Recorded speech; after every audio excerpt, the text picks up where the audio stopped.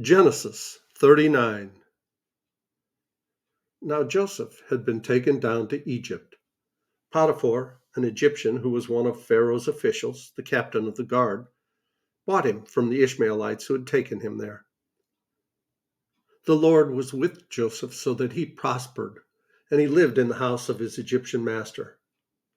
When his master saw that the Lord was with him and that the Lord gave him success in everything he did, Joseph found favor in his eyes and became his attendant.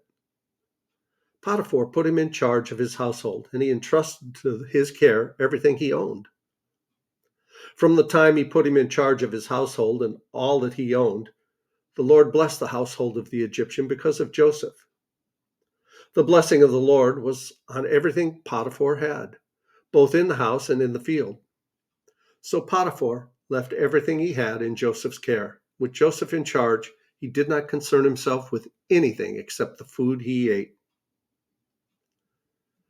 Now Joseph was well built and handsome, and after a while his master's wife took notice of Joseph and said, "Come to bed with me." But he refused. "With me in charge," he told her, "my master does not concern himself with anything in the house. Everything he owns he has entrusted to my care. No one is greater in this house than I am.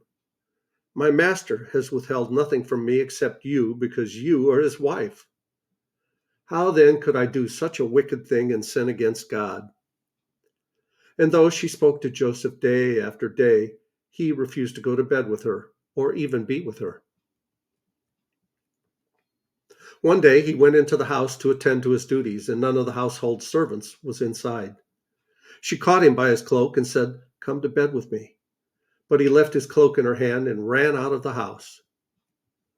When she saw that he had left his cloak in her hand and run out of the house, she called her household servants. "Look," she said to them, "this Hebrew has been brought to us to make sport of us. He came in here to sleep with me, but I screamed. When he heard me scream for help, he left his cloak beside me and ran out of the house."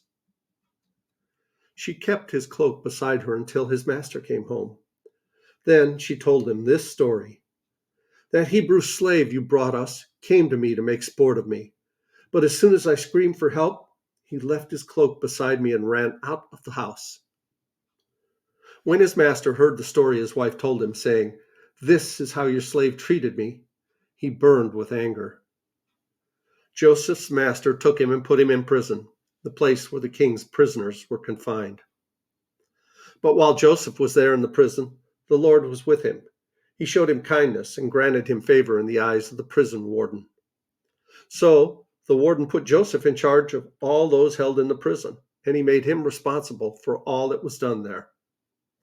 The warden paid no attention to anything under Joseph's care, because the Lord was with Joseph and gave him success in whatever he did.